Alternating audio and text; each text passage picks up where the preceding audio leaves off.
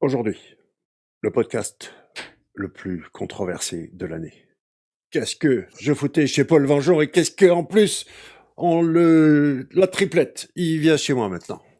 Pourquoi Genix SEO va parler avec Gen Z SEO, le choc des cultures.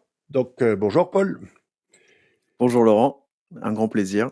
Effectivement, tous les deux on discute bien, on a des très bonnes discussions, tout va bien, mais c'est vrai que les autres ont pas l'air contents qu'on s'entende bien. C'est- Ça en choque certains. Mais c'est bien, c'est pas des choses qui vont nous déranger. Donc commençons par le début, c'est-à-dire Paul Vengeon. Tu es arrivé dans le SEO il y a une poignée d'années, si je ne m'abuse, c'est ça? Ouais, c'est ça, 4 ans. Et t'es rentré avec fracas dans la communauté, avec un branding que je félicite, qui me plaît beaucoup, avec et surtout en une progression qui me semble vachement intéressante. Donc, je vais essayer de, en anglais on dit pick your brain, essayer de titiller ton cerveau, voir qu'est-ce que cette nouvelle génération de SEO peut bien apprendre à des vieux has-been comme moi, puisque c'est quand même disons, le fond du débat de ce clash générationnel où les nouveaux disent que les vieux sont has-been et nous on dit ben, les nouveaux vous avez rien inventé. Donc on va éclaircir tout ça. Mais déjà, si je vais pas faire le feignant en disant de te présenter, je vais le faire moi-même. Quels sont les attributs de Paul Vengeant, mis à part le branding à ma manière, c'est-à-dire un petit peu rentre dans l'art que j'aime bien. Il y a, effectivement, je t'ai vu progresser du début où ça t'arrivait de raconter des conneries à maintenant où tu es quand même assez, je dirais, clinique et ça va, c'est de plus en plus compliqué de. Là, avant, j'étais sur ton LinkedIn, je dis bon ben, qu'est-ce que je pourrais dire où il raconte des conneries par rapport à il y a 4 ans, la progression est là. Un de tes, un de tes attributs, je t'en ai déjà parlé, un truc où il faut aller à 2000%, c'est le côté un petit peu filou du SEO, quelque chose qui me plaît vachement, notamment auprès de clients assez corporate qui ont besoin de ouais, de SEO malin, de personnes qui savent en face on a un cube et où est, où est la fente. Donc je pense que tu représentes réellement le spirit SEO tel que je le conçois. Maintenant, effectivement, qu'est-ce qui caractérise cette nouvelle génération de SEO? Telle est la question. Est-ce que tu pourrais justement me dire qu'est-ce qui fait attends, avant de te laisser répondre, peut-être oui. Moi, je dirais par rapport à nous, vous êtes vachement plus carré. Du point de vue business, vous, vous voulez gagner de l'argent, aucun problème avec ça. Vous y allez, vous sortez le doigt, vous bossez. Alors que honnêtement, à l'époque, on était quand même une sacrée bande de branleurs, quoi. On savait pas ce qu'on faisait. Est-ce que, est-ce que tu te rends compte de cette niaque business que vous avez par rapport aux anciens? Ouais, clairement. Et en fait, bah, je pense que c'est le centre du débat et des incompréhensions slash conflits, c'est que à la fois c'est génial parce que on a conscience de ça, du fait que voilà, faire son branding ou travailler même son outreach au début, faire un peu d'inbound ou d'outbound au choix, c'est important pour l'acquisition client à long terme et cetera. Donc ça, on le sait. C'est vrai que du coup, c'est peut-être que ça nous fait démarrer assez vite et qu'on peut être assez vite rentable, en tout cas les profils qui s'en sortent bien. Et d'un autre côté, c'est aussi ce qui nous pousse parfois je pense certains, à simplifier un petit peu trop et clairement, c'est la limite du truc, quoi. Donc je pense que c'est une histoire de curseur entre, expertise, valeur ajoutée et communication et essayer de jauger au mieux, quoi. Je pense que c'est un peu ça. Mais est-ce que vous êtes dans le mindset explorateur, dans le mindset aller perdre du temps à faire des trucs où tu sais pas où tu vas aboutir et t'acharner, je sais pas. Bon, je suis connu pour le concours sémantique, mais fondamentalement, je suis plus un link builder parce qu'à l'époque, on s'en foutait du contenu, c'était que des backlinks et tu pouvais. Je te donne un exemple. Google Drive. On pouvait indexer un Google Drive. Ouais. Et tu construisais des assets, tu faisais des fichiers Excel, des Google Docs, machin, et tu te faisais un mini PVN à l'intérieur de Google Drive. Ensuite, ils ont mis une sécurité. J'avais trouvé la commande pour débloquer la sécurité. J'y ai passé une semaine Mmh. à essayer de m'entêter parce que je voyais qu'il y en avait certains de Google Drive indexés. Et c'est aussi quelque chose, par exemple, qui va caractériser un mec comme Paul Sanchez, où Mmh. je me rappelle, il avait trouvé une plateforme de blogging gratuit. Tu devais avoir une trentaine de thèmes. Il les a fait tous pour trouver celui qui n'était pas en nofollow. Alors Mmh. que 99% des mecs, ça aurait été aux 3 premiers thèmes en nofollow. Et il aurait dit, bon, ce spot, il est pas bon. Donc, est-ce que vous avez, tu as aussi ce truc d'acharnement maladif, obsessif, où tu Alors, focalises vraiment sur des trucs qui orientés vraiment, bon, tu te dis, là, il y a un bon plan, quoi. ouais, en fait, bah, j'aurais une question pour toi, pour répondre à cette question-là, parce que d'instinct, j'ai envie de te dire qu'on a moins ça, j'ai l'impression, qu'on va être plus dans le business, la communication, plutôt que le test and learn de manière générale. Ceci dit, je serais intéressé de savoir, ceux qui ont commencé très tôt le SEO, plutôt de ta génération, combien en pourcentage à peu près ont cet instinct un peu, cet aspect, cette volonté test and learn? Est-ce que c'est la majorité ou est-ce que pas forcément? Je sais pas, si tu as une idée de ça, déjà? J'ai une idée très très claire. Je peux te dire, avant 2012, il y en avait 300 dans le monde. OK. 300 dans le monde qui avaient. Bon, après, autour des 300, il y en a peut-être 3000, mais que je connais, que je peux cerner, qui avaient vraiment ce spirit explorateur. Et en France, oui, quelques dizaines. Non, non, c'est pas beaucoup. Parce que c'est un. Je le recommande même à personne de passer. Prenons l'exemple Mmh. pour moi, la compétence la plus high level du SEO, qui est ce que j'appelle respirer l'odeur du mot-clé, smell the swamp. Tu regardes un résultat de recherche Google et tu sais quoi donner à Google, ce qui lui manque. Mmh. Ça, tu demandes à Paul, David, Ninja Linker, tu te demandes à bref, tous les anciens, on y a passé peut-être 10-15 000 heures à acquérir. Alors, c'est pas pareil si tu as juste un site et 5 mots-clés, d'accord? Ça, t'as pas besoin d'y passer 15 000 heures, mais si tu es capable de juste scroller n'importe quel résultat de recherche Google et trouver l'angle d'attaque, dizaines de milliers d'heures. Toi et Google, pas d'outils. Ça, c'est aussi une grosse Mmh. différence. Nous, on n'avait pas d'outils. C'était toi face à Ouais, Google. le contexte poussait aussi plus, à ça, je pense. Dis-moi si je me trompe, mais j'ai l'impression que vous savez, vous avez la chance, on vit une époque formidable, où finalement, le manuel, tu l'as. Un truc qui sort, et il y a déjà 25 tutos sur YouTube. Tu veux trouver une solution, tu veux même là construire un outil, choisis ton IA, d'accord, de préférence pour t'aider à la construire. Si tu fais du low-code, si c'est un petit peu de débrouiller, il y a plus. Enfin, c'était des centaines de milliers d'euros qu'il fallait pour construire. Ça peut coûter encore ça aujourd'hui, des outils, mais un petit dashboard pour toi. Bah, aujourd'hui, ouais.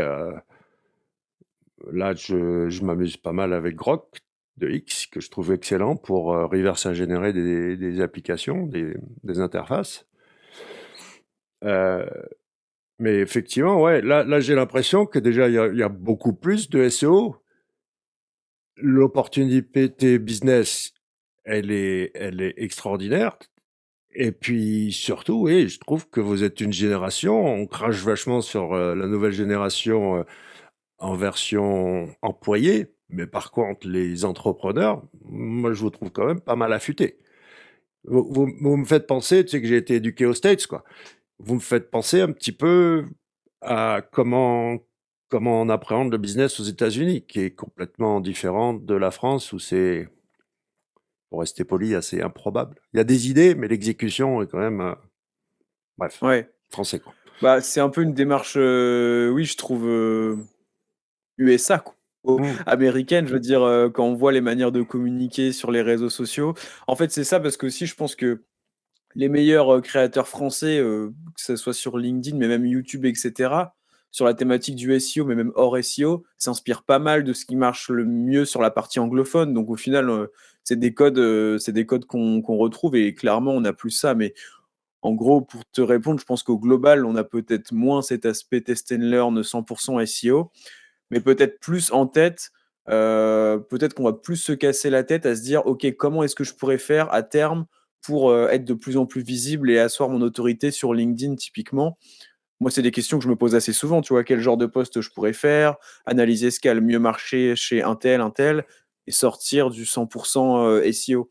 Donc je pense qu'on a en tout cas, moi, je l'ai ce truc de test and learn, mais peut-être plus en 360 à me demander ce qu'il faut que je fasse comme contenu sur YouTube, ce qu'il faut que je mette en avant sur LinkedIn, sur X et cetera et peut-être moins 100 SEO. Je fais certains tests SEO, mais c'est clairement pas des tests où je vais, pendant, des nuits, des Mm. jours entiers, essayer de développer un truc et cetera. Ça va plutôt être: «OK, est-ce qu'il y a pas une nouvelle pratique, une nouvelle manière de faire qui pourrait me permettre, je sais pas, de créer des contenus plus rapidement, mais qui va pas me prendre énormément de temps», tu vois? Ça va être, comment je pourrais tirer profit au mieux de Gemini pour, construire un brief de contenu SEO. Mais ça me demande aucune, tu vois, j'ai pas besoin d'y passer des heures, mais je vais tester certains trucs. Ouais, et on parlera d'IA un peu plus tard, mais déjà, toi, si tu devais, qu'est-ce que tu préfères d'ailleurs dans le métier? Quelle est si je devais, tu vois, j'explique toujours à mes clients, il faut que vous semiez un petit peu des breadcrumbs, des miettes de pain, parce qu'on Mmh. va pas se rappeler de votre marque et de votre logo, mais comment il s'appelle le SEO qui, trois petits points. Et toi, quel est ton, ouais, si on peut prendre le triptyque de base, technique, contenu, popularité, qu'est-ce que tu préfères? Alors, sur le triptyque de base, ça va vraiment être l'aspect, contenu, pertinence du contenu que je vais préférer, que je vais le plus pousser. Et de manière plus générale, en fait, je me suis déjà posé la question, il y a même plusieurs années quand je travaillais en agence SEO et en fait, ma réponse, c'est que je crois que j'adore l'organique, mais pas forcément que le SEO. Pour moi, le branding, c'est aussi de l'acquisition organique sur le long terme et cetera. Le côté, gratuit, le côté, en fait, si tu es malin, gratuitement, bah, tu peux arriver à avoir une acquisition qui roule pour ta marque, que ce soit via le SEO, via LinkedIn et cetera. Bon, SEO, faut peut-être investir un petit Hmm. peu en netlinking, quoique aujourd'hui, si tu as un très bon branding et tu peux le faire gratuitement, en fait, c'est ça qui m'attire beaucoup, c'est vraiment se dire: «Je pars de zéro et avec les réseaux sociaux, avec l'algorithme Google, je peux vraiment, me faire en sorte d'avoir plein de demandes qui arrivent dans mes emails ou de vendre plein de produits sur mon e-commerce, alors que j'ai juste, rusé, mais pas en faisant des choses de malade mental automatisées, simplement, voilà, être un peu malin et puis, tirer profit de ce qu'on a à disposition, quoi. Dis-moi si je me trompe, mais en fait, t'es plutôt marketing que strictement SEO, en fait. Je pense, Ouais. aujourd'hui surtout, ouais et justement ce que j'essaye de proposer maintenant, c'est d'aller sur des prestations SEO plus pourquoi pas branding. Alors je touche pas encore les comptes, le type de prospect, favorable pour ça, en tout cas, pas en majorité, mais à terme, c'est vraiment comme ça que je vois la chose, avec quand même un gros focus SEO parce que j'adore ça. Mais c'est vrai que je vraiment, je pense que c'est l'organique au sens large qui me plaît, quoi. Hmm. Et tu focalises vachement sur LinkedIn pour ta com. euh, et ça marche. C'est-à-dire que j'ai regardé tout à l'heure, tu es à 14 000 followers, je suis à 12 000. moi, je suis un gros branleur. C'est-à-dire que je vais pas me plaindre. Pourquoi? Parce que je fais pas le taf, d'accord? Je sais quel est le boulot qu'il faut faire pour faire proprement les choses et les heures qu'il faut y passer. Mais est-ce que tu peux nous partager, déjà du point de vue de temps, combien de temps tu passes sur LinkedIn, tous les jours? Ouais, c'est super intéressant. Alors déjà, un truc très important à préciser, c'est que le ROI direct de LinkedIn, je le trouve un peu pourri. C'est-à-dire que si on prend le nombre d'années depuis lequel je communique sur LinkedIn et le nombre de leads que j'ai eu dans ma messagerie LinkedIn, c'est pas énorme et après c'est plus des bénéfices indirects, je trouve, qui sont super intéressants. Donc juste gagner en visibilité, le fait qu'après des personnes arrivent sur ma chaîne YouTube et cetera. Mais en bénéfice direct, genre le lead qui arrive dans TMP LinkedIn, moi je trouve que ça a mis déjà beaucoup de temps avant que j'ai mon premier lead comme ça, suite à mes posts et même là, aujourd'hui, il y en a de temps en temps, mais je veux dire, comparé à YouTube par exemple ou le SEO de mon site, c'est moins intéressant en termes Mmh. d'acquisition directe. Donc déjà c'est un truc, cool à préciser et le temps que je passe, actuellement sur LinkedIn, honnêtement ça doit être 30 minutes par jour, quelque chose comme ça, Mmh. allez 45 peut-être. En fait, c'est assez simple. Ma création de contenu, elle se passe de la manière suivante, c'est que le week-end, je vais me pencher sur justement trouver les accroches des posts de la semaine qui arrive. Donc je publie du lundi au vendredi, un post par jour. Je trouve les accroches. Des fois, je me fais des listes à puces sur le contenu que je dois mettre dedans, mais souvent c'est accroche plus une idée de visuel. Parfois, il y a pas forcément de visuel, mais je peux mettre voilà, pour ce sujet-là, je ferai un carrousel. Pour ce sujet-là, je vais mettre une photo de moi qui taffe, sur mon ordi. En tout cas, j'ai l'idée de visuel. Pour ce sujet-là, ça sera une courbe Google Search Console ascendante, une courbe descendante, et cetera. J'essaie toujours que l'accroche et le visuel soient pertinents. Une fois que j'ai ça, le jour qui arrive où je dois rédiger le post pour le lendemain, eh ben, j'ai juste à rédiger et puis je sais que stratégiquement, ça peut marcher et que ça a déjà du potentiel parce que j'y aurais pensé à tête reposée, le week-end, hors prestat client, et cetera. Donc ça me prend peut-être, allez, 1 heure dans la semaine, on va dire que c'est le plus gros du temps et après au quotidien, c'est, rédiger le post LinkedIn du jour pour le lendemain. Ça, honnêtement, en 20 minutes, c'est fait, notamment parce que j'ai déjà justement l'accroche et le visuel et ensuite, il y a tout ce qui est répondre aux commentaires sous mes posts. Je passe pas de temps à aller commenter les posts des autres. Par contre, je réponds à tous les commentaires sous mes posts, si possible en relançant avec une question Mmh. pour régénérer un commentaire de la personne derrière et ça doit me prendre je sais pas, 20 minutes par jour quoi, à peu près, c'est pas si long que ça, et puis voilà, c'est ça le gros du taf, hein. Tu t'as pas fait le taf d'aller commenter chez les autres au début, pour générer de l'attraction ou Alors au tout ouais? début si, au tout début je le faisais, Mmh. après j'ai même commencé, c'était un bénéfice indirect que j'avais identifié, mais j'avais lancé ma chaîne YouTube il y a 3-4 ans et je m'étais dit: «Je vais interviewer justement les gens un petit peu connus sur LinkedIn, sur ma chaîne». Ça faisait qu'après ils commentaient à chaque fois mes posts parce qu'on se connaissait vraiment au final, on s'était vus en Mmh mh. visio et ça je l'avais identifié donc il y a toute une période où je commentais un petit peu mais après, je me suis rapidement concentré sur faire des posts qui marchent et répondre aux commentaires, et aujourd'hui, ça fait peut-être, aussi quand je vois passer un post vraiment, je me dis: «Oh bah, incroyable, ça faut que je lâche un commentaire», mais sinon je commente plus trop les posts des autres, non. Mais tu consommes un parce que c'est vrai, je dois t'avouer, je ne d'ailleurs tous les réseaux sociaux, je regarde que mes notifs, je lis pas vraiment ce qui se passe. Toi tu consommes d'ailleurs LinkedIn ou X? Hem, Honnêtement, non. Je suis un peu comme toi, c'est-à-dire que je regarde mes notifs, je réponds aux gens et après si je veux faire un peu de la veille, le week-end, par exemple, quand je dois trouver accroche plus, enfin les idées de post, ça peut m'arriver de regarder certains profils, notamment sur LinkedIn, tu vois, Amandine Barthes qui se débrouille très bien, ça peut être d'autres profils qui marchent bien plutôt que l'autre anglophone, pour voir un peu comment je pourrais, reprendre, mmh, certaines idées à ma sauce, avec d'autres tips à l'intérieur. Tu sais, tu peux prendre le même sujet que quelqu'un, mais si tu bien trouves sûr. qu'il dit des choses qui sont inexactes, tu changes le contenu, mais en soi, c'est la même accroche, c'est le même potentiel, tant que c'est bien expliqué, ça peut partir viral aussi. Toi qui m'écoutes là et qui a un problème encore pour avec ce syndrome de l'imposteur et avec ce truc de dire, «Ouais, mais il y en a déjà plein qui je sais pas quoi apporter». Écoute ce qu'il vient de dire, OK, parce que C'est pas parce qu'un sujet a été déjà rincé, je sais pas, prends l'exemple en dev perso, Confucius, ça fait il y a 3000 ans que le gars, il a tout expliqué sur le dev perso. Et ça t'empêche pas, toi, de donner ta perspective sur, là, tiens. Mmh. Le SEO devient simple quand tu comprends que, un, la balise title est la plus puissante, deux, répondre à l'intention de recherche est obligatoire, etc., etc. Euh, j'en ai fait des palanqués de ce type de contenu à l'époque du blogging, le SEO c'est simple quand tu comprends que, mais peu importe, c'est pas, on s'en fout, c'est justement encore plus, moi je dirais, si le sujet est rincé. Mais qu'est-ce que tu pourrais donner comme conseil à ceux qui ont justement ce blocage, soit syndrome de la, parce que clairement tu l'avais pas quand tu as démarré, tu es rentré dans l'art du SEO en disant fuck it, moi j'ai mon mot à dire et peu importe. Ouais. Bah, Donc pour je moi, il y sais a une pas. étape préalable. Ouais, Pour ouais, moi, il y a une excuse-moi. étape Vas-y, vas-y.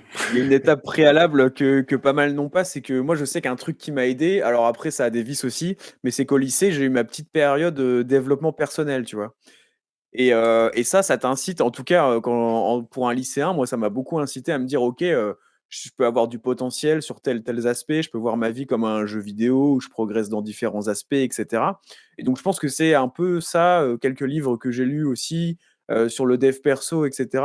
Qu'on fait que quand je suis arrivé, je me suis dit bon, faut pas non plus parce que le travers de ça, c'est se penser consultant SEO senior alors que tu as 2 mois d'expérience, quoi. Faut pas tomber là-dedans non plus, mais je veux te dire, je pense que le travail, les gens qui ont un syndrome de l'imposteur, enfin, si aujourd'hui vous faites du SEO, que vous avez un syndrome de l'imposteur, vous faites du SEO depuis 5 ans, le problème, il est clairement psychologique et je pense que c'est vous qui n'êtes pas en confiance. Tu vois, c'est un truc plus profond, je pense, parce que normalement, tu n'es pas Mm. censé. Si ça fait 5 ans que tu fais du SEO, que tu as ranké des sites dans des thématiques concurrentielles, plusieurs sites, sur plusieurs CM, tout ce que tu veux, e-commerce, vente de prestat, etc., t'es pas censé avoir de syndrome de l'imposteur. Tu es censé te dire, je sais de quoi je parle, la preuve, ça marche. J'ai juste à dire comment je fais. Si je trouve des accroches sur mes posts intéressantes, bah, ça devrait marcher. Et puis les gens vont kiffer, il y aura de la valeur, quoi. Enfin, il n'y a pas de.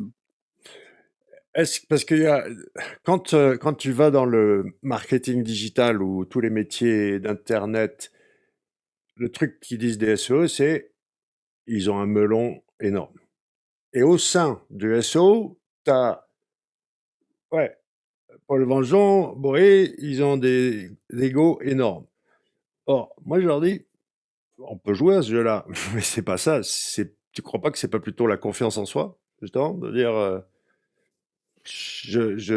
sans écraser les autres, avec tout le respect que je dois aux autres, je sais ce que je vaux, et ça n'a pas grand-chose à voir avec de l'ego. Moi, enfin, Hmm. ce truc de, il a la grosse tête, je suis pas forcément persuadé.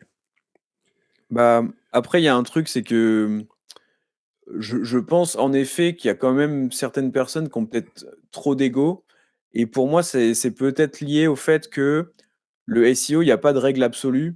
Tout le monde a sa recette. C'est très facile de penser que sa recette est absolument la meilleure, notamment parce que tu as pas benchmark tes process avec tous les SEO de France.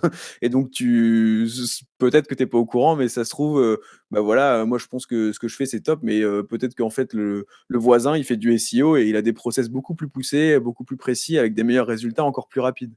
Donc ça marche pour tout le monde, mais c'est pas parce que ça marche que c'est parfait. Et je pense que ça vient peut-être de là, mais moi je suis d'accord avec toi, faut pas confondre ego mal placé et confiance en soi. Après, compliqué de savoir où est la, la différence parfois chez certains, mais je veux dire, Je suis en train de chercher la définition de l'ego. Parce que peut-être qu'en fait, ouais, l'ego, je crois que c'est juste la conscience de soi, mais ouais, en définition littérale, hein. Mais bon, sens de self-esteem et de self-importance. The part of the mind that mediates between the conscious and the... Ouais, en fait, c'est pas forcément négatif, l'ego, du tout. non, Euh, non. bien au contraire, je pense que la... Mais après, est-ce que tu vois ce regard vu de l'extérieur sur les SEO qui ont le melon, justement? Bah, c'est un truc que j'ai pas mal entendu, mais en fait, je sais pas si ça touche tant que ça la nouvelle génération de SEO. J'ai plus l'impression qu'on va dire aux nouvelles générations qui sont trop dans le fake it until you make it, que, ils font trop de promesses, qu'ils font trop de communication. Mais j'ai pas l'impression qu'on va tant leur dire que ça, qu'ils ont trop d'ego. Mmh. Enfin, c'est pas un truc que j'ai beaucoup entendu chez «nous» entre guillemets. Donc je l'entends un petit peu moins, mais c'est quelque chose que j'ai entendu, ouais, pour le SEO de manière générale, plein de fois sur Twitter et cetera, j'ai vu ça, ouais. Du point de vue donc, ta génération est arrivée avec, l'envie de gagner de l'argent avec le SEO et dans les moyens de monétiser donc l'édition de site, hem, c'est clair que c'était mieux avant. Enfin, mieux avant. Je pense qu'il y a jamais eu autant d'opportunités de gagner de l'argent, mais maintenant, si tu bosses comme il y a 20 ans, à faire des pavés de texte et à mettre un bloc, produit avec ton lien Amazon, je sais pas si c'est suffisant.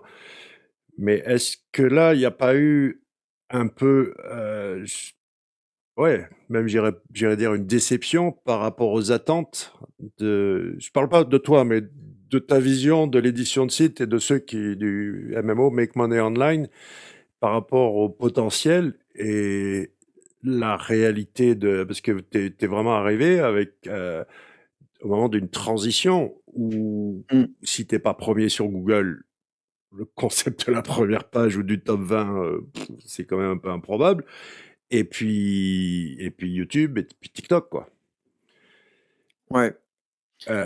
Donc ouais, ma question, c'est ça, c'est est-ce que ceux qui sont arrivés avec l'envie de gagner, je parle pas pour toi, hein, mais de cette génération d'ASO, avec l'envie de gagner de l'argent, sans doute un petit peu trop facilement, sans trop bosser grâce à toute cette automatisation, se retrouvent pas un petit peu aujourd'hui, est-ce qu'il y en a vraiment tant que ça qui réussissent ou alors justement il y a pas de cette déception de dire je dis toujours ouais que tu commences à bien gagner ta vie dans ce truc-là quand tu fais 300 balles par mois quoi, ce qui est pas terrible en fait. Mais ça, c'est pareil parce que moi, je suis pas à 100 dans l'édition. Autour de moi, j'ai en connaissance, enfin, en amis proches et cetera, j'ai pas vraiment d'éditeur. J'en entends parler sur les réseaux et cetera, mais voilà. Mais ça, c'est la réalité du marché, c'est édition de site, tu prends, 100 personnes en moyenne, enfin, c'est 500 € par mois qu'elles gagnent quoi, enfin, c'est à ce Mmh. point faible. Ouais, 300 même, à 300 tu fais du chiffre, hein, mais il faut bien voir la réalité de combien il faut générer de chiffres quand je parle 300, c'est revenu net, c'est-à-dire de l'argent dans la fouille après, Ouais, ouais, ouais. d'accord? Tout le reste m'importe peu, marge brute, non, non. Revenu net, argent dans la fouille, c'est pas tant que ça et ceux que je vois qui font plus, bossent comme des dingues. Encore une fois, OK. avec ces modèles de qui existent, que ce soit faire du AdSense avec Discover, de la file, quand je vois allez, pour aller à 3000, hem, je vais pas le citer, mais j'étais avec lui le week-end dernier, pour arriver à 3000 par mois, combien il a de sites? Combien il a de sites? Bon déjà, il a plus de 15 ans d'expérience dans la fabrication de sites web, hem et puis ah merde, j'ai oublié le nombre. Mais en gros, oui, il a mis 2 ans et demi pour arriver à 3000 par mois et bon, c'est un très bon développeur, c'est un très bon SEO, c'est un très bon fabricant de sites, hem, il tient le bon bout, mais les 3000, il a fallu, c'est ça, ouais, 2 ans et demi, 3 ans pour y arriver, quoi. OK. Bah, OK, je vois un petit peu. Moi, alors déjà, oui, pour te répondre, La nouvelle génération du SEO, on va l'appeler comme ça, on est beaucoup moins orienté, édition de site, c'est clair et net. Je pense qu'on veut aller au cash rapide, tu vois? Je pense que quelqu'un qui se lance en freelance demain, qui crée sa micro-entreprise et cetera, il se dit: «Bon allez, comment je fais rentrer de l'argent, rapidement? Je vais pas, lancer un site pour Mmh. que potentiellement il commence à me rapporter de l'argent dans 3-4 mois et cetera, et encore au début ce sera faible». Donc je pense qu'on va beaucoup vers la presta parce qu'on se dit que c'est, l'argent, le cash à court terme, ce qui est totalement vrai. D'autant plus qu'en SEO, c'est des prestats récurrentes. Là, j'ai arrêté de bosser pour un client, mais on a bossé ensemble. Sur mon LinkedIn, c'est écrit 2 ans et 9 mois. Donc ça veut dire que le client m'a payé pendant, voilà, quasiment 3 ans, et en plus sans engagement. Bon, ça, c'est ma petite victoire, mais je veux dire, c'est hyper intéressant, et je pense que du coup, c'est pour ça qu'on s'oriente là-dessus. Et pour ce qui est de de l'édition de site, moi, la seule XP que j'ai en édition de site, j'ai lancé un site, d'affi, sur la whey protein, là, que j'avais révélé au grand jour, et que j'avais totalement abandonné, par la suite. Et en gros, ce site-là, c'était juste un side project, c'est-à-dire qu'à côté, je faisais des prestats clients, je communiquais sur LinkedIn, enfin bref, toute ma routine de base, je faisais du sport, bon voilà, on s'en fout. Mais à la fin, il me rapportait, 800 € par mois, quelque chose comme ça. Alors par contre, il a mis du temps à décoller, je lui ai donné, pas mal d'amour, j'ai fait du travail manuel dessus, publié parfois même un article par jour, pendant plusieurs semaines et cetera. Mais à la fin, il me rapportait ça, mais la vérité, c'est que oui, je pense qu'on est beaucoup moins orienté édition de site. Peut-être parce qu'on a moins l'aspect, test and learn, et puis même moi, pour conclure là-dessus, c'est un peu fouillis ce que je dis, mais ce site d'affiliation-là, je l'ai arrêté parce que je me suis dit, en l'occurrence, parce que c'est un site d'affi, mon site est positionné uniquement sur de l'informationnel, et honnêtement, entre ce qu'il dit et ce qu'un chatbot peut te sortir, il y a pas énormément de valeur ajoutée, tu vois? Donc je me suis dit: «À long terme, ça me semble pas hyper malin d'y investir, toujours 30 minutes par jour là à créer mon article et cetera». Donc je me suis dit: «Allez, j'en fais un cas de branding plutôt, je vais parler de mes résultats, c'est marrant». Je m'attendais à ce que les gens, copient les positions et cetera, hein, c'est logique. J'ai révélé le truc sur Twitter et tout, et voilà, et je m'étais dit: «Au lieu de mettre 30 minutes dessus, je préfère mettre 30 minutes à rédiger, des bons posts LinkedIn, qui augmenteront ma visibilité, mon autorité sur le long terme, quoi». Je sais pas si ça répond à ta question, Tout mais à fait. Le follow-up, ça serait de dire, est-ce que tu as aussi remarqué qu'en fait, alors il y a une règle dans de ma génération, c'est ferme ta gueule sur les choses importantes. Non, t'en parles même pas à ton meilleur pote. C'est tu veux cramer un spot, par exemple, meilleur bah moyen, oui. c'est voilà. Donc ça, c'est un truc où effectivement de faire un peu du schizo SEO et tu peux partager, tu peux dire des trucs, mais vraiment contrôler ce que tu partages. Et la data, par exemple, sur les conférences est assez impitoyable. C'est du genre, si tu as 2% de l'audience qui est active, hein, concrètement, qui va faire des choses par rapport à ce que tu as raconté, c'est énorme, 2%. Ça fait, ce qui est quand même assez, ouais, assez peu. Et est-ce que tu as aussi remarqué que finalement, ben, tu peux partager tout ce que tu veux, il y en a pas tant que ça qui applique? Bah, ça par contre je l'ai remarqué, donc avant de révéler mon site au grand jour, je savais, évidemment que j'allais être copié de partout, hein, donc j'avais déjà décidé avant d'en parler, d'arrêter de publier dessus, et que de toute manière, voilà, c'était pas grave. Et en fait, j'ai été un peu choqué effectivement parce que j'avais même révélé c'était quoi le mot-clé qui m'apportait le Mmh. plus de conversions et cetera. En l'occurrence, Meilleur Way Isolate. Donc là, je le redonne. J'étais 1er ou 3e, je sais plus, et puis, là aujourd'hui, je suis plus du tout, bon, je dois être en page 2, enfin bref. Mais il y a pas, parce que j'en ai parlé, mais j'en ai parlé pas mal, hein, parce qu'en fait, c'était aussi une occasion pour moi de faire la promo d'une plateforme de netlinking qui m'avait, aidé, sur ce site-là. Et donc, j'avais bien spammé, quoi. J'avais fait un post LinkedIn, au moins un post LinkedIn. J'en avais parlé 2-3 vidéos YouTube. Je montrais le site carrément, ce que j'avais fait dessus, et cetera. Et j'avais fait évidemment des tweets, à ce sujet-là. Et le nombre de personnes qui m'ont copié, c'était pas si énorme que Mmh. ça, étant donné la visibilité que le site a eu. Pour te dire, j'ai eu le meilleur mot-clé du site, maintenant, c'est son nom de marque, parce qu'il est tapé tous les mois, en fait. Enfin, c'est le nom du site, alors que de base, dans la GSC, c'est ce qui remonte, quoi. Donc, je sais pas, il y a combien de Mmh. clics. Bon, à la limite, on s'en fout, mais c'est assez marrant. Et oui,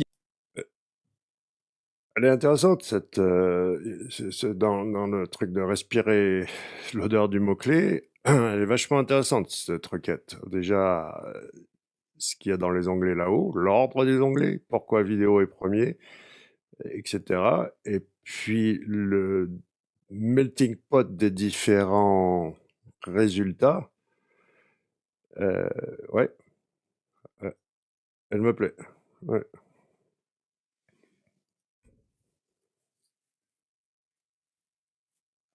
Mmh.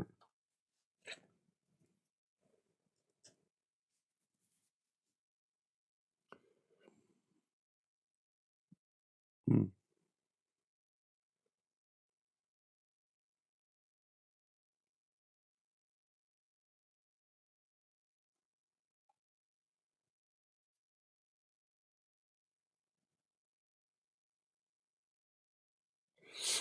Ouais, ouais, ouais, c'est le genre de requête où je vois que Google est en train de tester, d'envoyer plein de trucs, mais pour moi, c'est pas du tout consolidé et il manque, tu vois, par exemple, si on regarde un truc, qu'est-ce que je pourrais montrer comme exemple? Ouais, ce qui va venir là, il n'y en a pas tellement en France, mais quand on voit ce genre de résultats de recherche, tu vois, c'est carrément, on voit que c'est une catégorie, c'est carrément une catégorie Amazon dans le résultat de recherche. Ouf. Là, c'est chaud, là. Là, c'est, waouh, bon courage. Mais, ouais, ouais, ouais, ouais, là, c'est autre chose. Mais par contre, ouais, dans ce qu'on vient de voir, beaucoup plus de potentiel de points d'entrée, ouais, en bossant un petit peu. Est-ce que justement, dans ce qu'on appelle le SEO 2025, c'est-à-dire tu parlais du branding et, je fais aussi partie de ce camp qui dit que si tu arrives à créer une marque, tout le reste devient quand même vachement plus facile. Et dans ce sens, parle-nous un petit peu de ton concours SEO sur Consultant SEO. Ouais, Parce qu'à l'époque, avant que tu arrives, c'était un concours SEO permanent. Et ils ouais. ont tous arrêté, là. Ils ont tous arrêté, il n'y a plus personne qui joue, sauf toi. Qu'est-ce que tu as fait un peu des tests avec du trafic, si je ne m'abuse, pour te donner Ouais. un pro tip sur comment Manu avait réussi à ranker à l'époque, c'était, enfin, il était passé en podcast chez moi, et ce qu'il avait dit, c'était surtout son bloc commentaire, quoi, les contenus générés par CGU, ouais. Mmh. Qu'est-ce que tu as appris, toi, en faisant ce concours SEO sur Consultant SEO? Ouais, alors pour l'historique, consultant SEO, au départ, c'était pas forcément un gros focus de mon site parce que bon, c'est un mot-clé un peu, métier et cetera, donc c'était plus pour la gloire. Mais j'avais réussi à bien ranker dessus, enfin quand je dis bien ranker, c'était, ma meilleure position historique. Je crois que j'étais quand même page 1, mais c'était avec ma page meilleur consultant SEO, en fait, et donc pas la fiche métier que Hmm. Google attend. Et donc j'ai repris cette page-là, la vraie page consultant SEO fiche métier, il y a quelques mois, et donc je m'étais dit: «Bon, bah, allez, j'étais quoi 15e, je vais tenter une manipulation de CTR comme, j'ai tenté, comme j'avais fait avec Agence SEO qui avait très bien pris et d'autres mots-clés aussi avant», et là, pour le coup, c'est vrai que ça a vraiment pas pris, quoi. Donc là, je suis toujours 15e. Alors, j'ai plusieurs pistes. Je pense que notamment ma page est assez imbuvable. Elle est pas très SEO 2025, ma page. Disons qu'il y a plein de ressources pertinentes dedans, et cetera. Je pense qu'elle couvre assez bien la thématique, le mot-clé, l'intention de recherche. Ben, donc, donc celle qui rank, c'est celle-là. Ouais, hmm.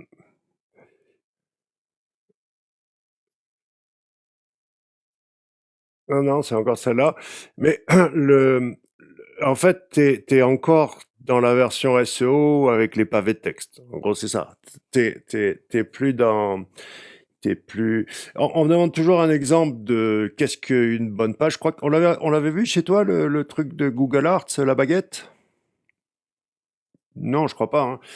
Parce que ça, c'est d'ailleurs Rémi Morin. si vous voulez voir à quoi va ressembler un Disneyland de 2025, de tout ce que tu pourrais, là, baguette, de tout ce que tu peux mettre sur une page web.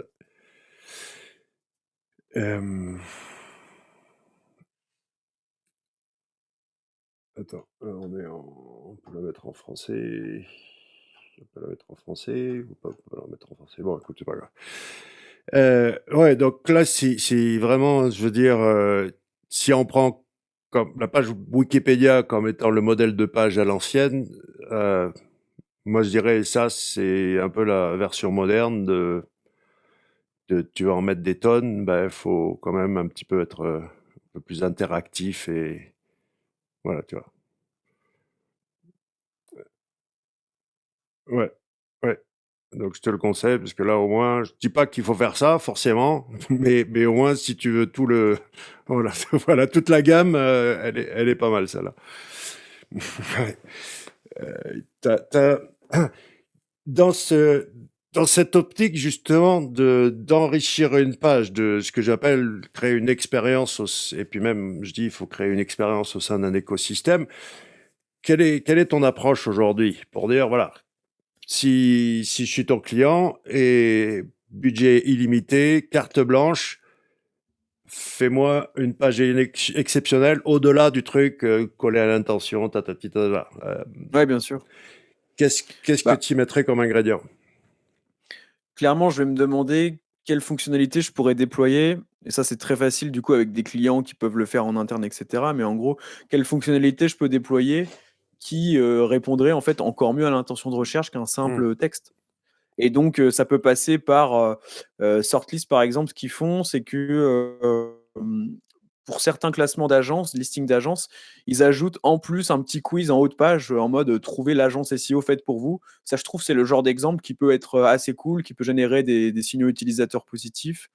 Ça peut être, Tout ce qui ça est peut être simulateur, calculateur, ce qu'on appelle la gamification, c'est ça? Je te ouais, l'avais exactement. je te l'avais montré le GPT qui fait ça? Je sais plus.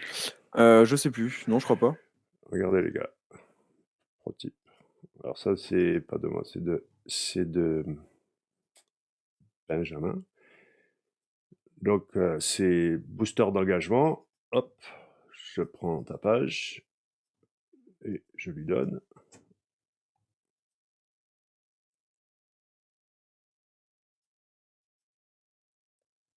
Après, c'est toujours les mêmes trucs qui ressortent, mais pour ceux qui n'ont pas d'idée, voilà, tu as toujours le. Il me semble. Ouais. Donc, ceux qui n'ont pas d'idée, voilà, je vous donne ça, c'est assez cool pour justement des idées pour enrichir l'expérience. Parce que on est quand même, dans ce que je vois, moi, on est quand même dans le texte, l'embed de vidéo, et puis éventuellement un quiz, alors que les calculateurs, les simulateurs, surtout à l'heure de l'IA, c'est pas super compliqué à coder, quoi. Il y en a, il y a dans cette idée d'enrichir les pages, de passer, est-ce que tu crois il y a pas une erreur aussi de dire, parce que j'en vois qui disent, bon, allez, je vais aller all-in sur le multimédia, sur la vidéo, et ils ont raison, mais du coup, de délaisser le texte. Est-ce que tu es aussi partisan de dire qu'aujourd'hui, en 2025, en plus avec l'IA, il n'y a aucune raison pour pas produire du texte meilleur qu'avant? Ouais, je pense et puis, en fait, mettre une vidéo sur une page web, c'est bien, mais faut quand même garder à l'esprit qu'à la base, si la personne voulait absolument une vidéo sur le sujet, elle aurait tapé son Mmh, mot-clé dans YouTube aussi. Donc si elle l'a tapé dans Google, c'est peut-être que la vidéo, c'est un plus, mais mmh. c'est s'il y a pas de texte derrière, ça se trouve, elle a pas d'écouteurs, ça se trouve, elle peut pas activer le son de son téléphone et elle a juste envie d'avoir l'info comme ça, en textuel. Donc moi, je pense que ça a toujours de l'importance. Et ouais, clairement, moi, ce qui marche pas mal en termes de qualité de contenu avec mes clients, c'est vraiment le combo, le consultant SEO donne le brief de contenu avec la liste des fonctionnalités, un peu la forme des informations, le type d'information, toute la structure de l'article. pour que à la fin, on ait quelque chose qui répond à l'intention de recherche. Le client en interne rédige avec l'IA, donc il balance le plan, etc. Ça peut aller super vite. Et avec son expertise, il vient reprendre ce que dit l'IA, il vient guider un peu plus l'IA avec l'expertise métier. Et là, je trouve que c'est vraiment ce qui marche très très bien pour un client dans les vélos électriques, pour un client dans les compléments alimentaires, etc. Tant qu'il y a une personne en interne qui rédige bien et que l'IA est bien guidée avec un guide SEO, franchement, moi je trouve que ça donne vraiment des chouettes choses, hein. Tu as suivi un petit peu le conflit journaliste contre SEO et plus particulièrement SEO Google Actu et Discover? J'ai suivi, mais de très loin, j'en ai entendu parler un petit peu, mais Parce que globalement, là, ils ont un problème. Parce que je le connais très bien, ce journaliste. J'ai eu affaire à lui il y a plus d'une décennie, quand j'étais le seul à supporter, en mode faire la promo de Quant, et il se faisait défoncer par tout le monde, notamment Libé et Next Impact, qui s'appelle Nextlink. Et là, ils ont un journaliste qui est vraiment on peut dire un extrémiste. C'est les standards du web, security blockchain, open ok, ouais. source, tu vois ok. Et le gars, il va pas lâcher, il tient vraiment un os. Mais là où j'ai un petit problème, c'est que il dit, texto, c'est dans le fight sur Twitter pendant 3 jours, où il dit, ouais, ok, les journalistes, ça fait de la merde, mais on n'a pas besoin de votre merde à vous en plus. Qu'est-ce que tu penses de cette idée et c'est vraiment une question fondamentale parce que j'ai suffisamment spammé, j'ai pas œuvré que pour la qualité du contenu. Euh, Est-ce que juste d'enfreindre les règles du moteur de recherche et puis d'essayer même pas d'enfreindre les règles du moteur de recherche, juste en faire le moins possible pour avoir le plus possible de résultats, t'as un problème avec ça? Ou au final, tant que ça marche, pourquoi ma phrase est toujours pourquoi, pourquoi bien bosser quand ça marche en faisant le quart de la moitié de n'importe quoi? Hmm. Tu vois, c'est-à-dire que Bah, est-ce que de SEO en partant du caniveau, ça te va? Ou toi, tu cherches toujours quand même l'excellence, gagner le prix Pulitzer? Ou est-ce que, voilà, même si t'en fais pas la promo ou l'apologie, est-ce que tu conçois que d'autres ont pas du tout envie de chercher le haut du panier, quoi? bah, je peux concevoir, en fait, perso, mon but, c'est de faire ce qui marche. Maintenant, j'ai quand même l'impression que faut faire plus d'efforts, clairement pour que ça marche et on est un peu obligé de viser le haut du panier, en tout cas pour des requêtes très concurrentielles, typiquement, la requête, rachat de crédit, tu as Meilleur Taux qui est bien positionné dessus et eux ont une page vraiment UX à fond et cetera. Je me verrais pas ranker sur rachat de crédit avec une page qui ressemble à ma page consultant SEO. Donc en fait, il y a juste des requêtes où tu as absolument pas le choix de faire les choses bien. Maintenant, si sur certaines requêtes ça marche, pourquoi pas, faire des choses, ouais, un peu 20-80, on essaie de gagner du temps et cetera, mais est-ce qu'au final, ça a pas des impacts plus négatifs sur, le business model du site au sens large? Le fait qu'il va peut-être y avoir moins de conversions parce que l'information donnée est mauvaise, l'UX de la page est mauvaise. Est-ce que ça ferait pas au final du pogo sticking? Enfin, tu vois, je me dis: «Est-ce qu'on a même intérêt à faire des choses, à moitié aujourd'hui?» Je suis vraiment pas sûr, sauf peut-être sur certaines requêtes, voilà, très peu concurrentielles, qui ne sont même pas ciblées par d'autres, sites. Dans ce cas-là, oui, tu peux arriver avec une page dégueu et puis mot-clé dans le title et puis tu seras juste la page la plus pertinente, puisqu'en fait, tu as pas de concurrence. Mais est-ce que tu aurais pas intérêt à faire mieux, si c'est un mot-clé business? Peut-être que si quand même, hein, même en dehors du SEO. Donc Ouais, l'exemple rachat de crédit est très bon, mais on peut prendre des centaines de mots-clés ultra compétitifs, concurrentiels, où tu as des pages avec le pavé de Google Text, ça rank très bien. Après, c'est clair que c'est des marques, c'est des sites oui, voilà. qui ont la patate. et que on peut quand même concevoir que ceux qui regardent ça disent ben, lui il y arrive, si je fais la même chose, je devrais y arriver. Sauf que corrélation ne veut pas dire causalité. C'est pas parce que tu vas faire un Ouais, texte de 2000 mots que toi aussi tu vas arriver premier.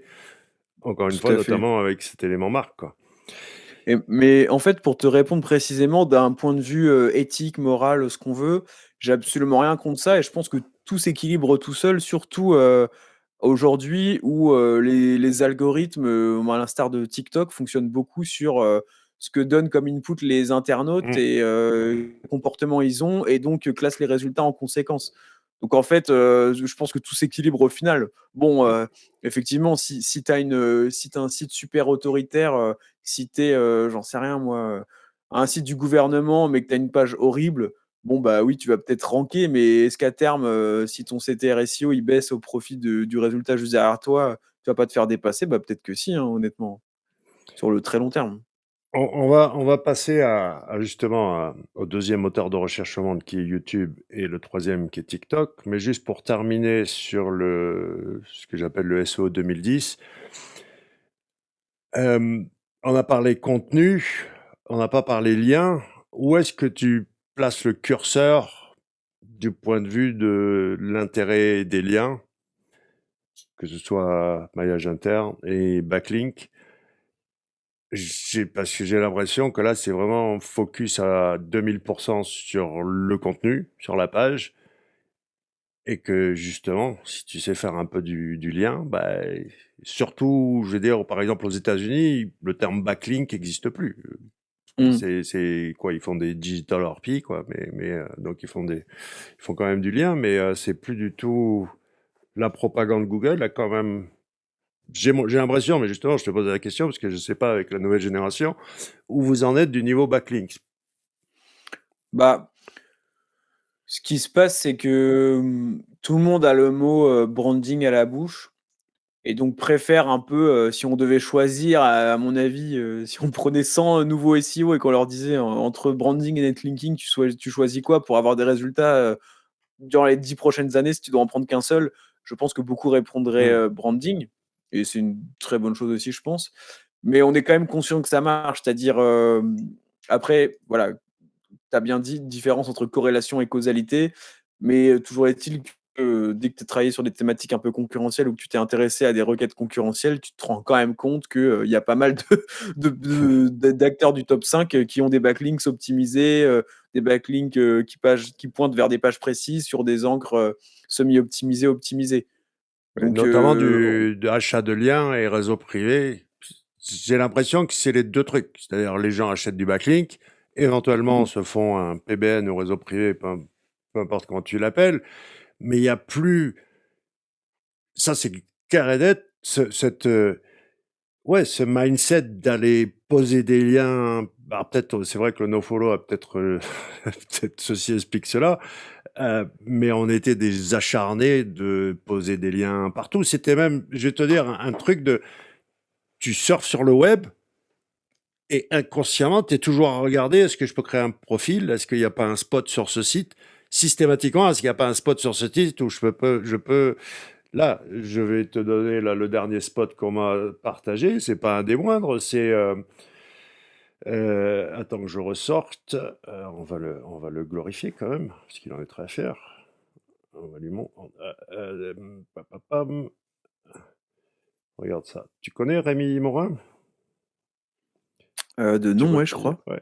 Ouais, regarde. il me Ouais, semble, hein. regarde ce qu'il a fait. C'est pas beau ça. IMDB. Alors ceux qui connaissent pas IMDB, c'est le Allociné version 10X. Voilà le genre de truc qui nous faisait kiffer à l'époque. On s'insérer dans les, regarde, des trucs comme ça, quoi.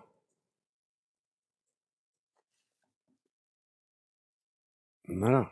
Ça, c'était un truc, je- voilà, c'est ça qui nous faisait, et encore une fois, il passait sans doute trop de temps pour pas forcément grand chose. Est-ce que c'est ça qui fait la différence? À voir.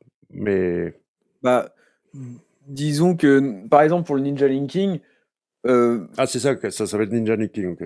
C'est vrai. Nous, on appelle ça juste du linking, mais c'est vrai qu'aujourd'hui, j'ai oublié que ça s'appelait Ninja Linking. Ouais. ouais, bah, par exemple, pour cette branche ninja linking, ma génération, on est au courant que ça existe, que ça marche. Moi, le premier, j'en ai fait un petit peu, alors pas des trucs aussi techniques que ça, mais quand j'ai lancé mon site, etc., que j'avais pas encore de branding, voilà, j'essaie de choper des liens depuis des annuaires, espace commentaires, etc., avec des petits opérateurs dans Google, des trucs comme ça. Mais en fait, je pense que ma génération, ce qu'elle voudrait, et ça existe en plus, c'est un site où tu cliques sur un bouton, tu ajoutes un budget, ça te le fait tout seul, et toi, tu as le temps de publier sur LinkedIn, quoi. Ouais. Non, c'est sûr que si tu veux t'introduire sur Google Scholar, et combien j'ai? 182 citations sans avoir rédigé aucune thèse, il faut être un petit peu Je malin. pense que tu as dû y passer du temps. Ouais, en fait, je peux le dévoiler le plan. C'est parce que aujourd'hui, c'est un peu plus compliqué d'y rentrer là-dedans, mais c'est par là que tu rentres.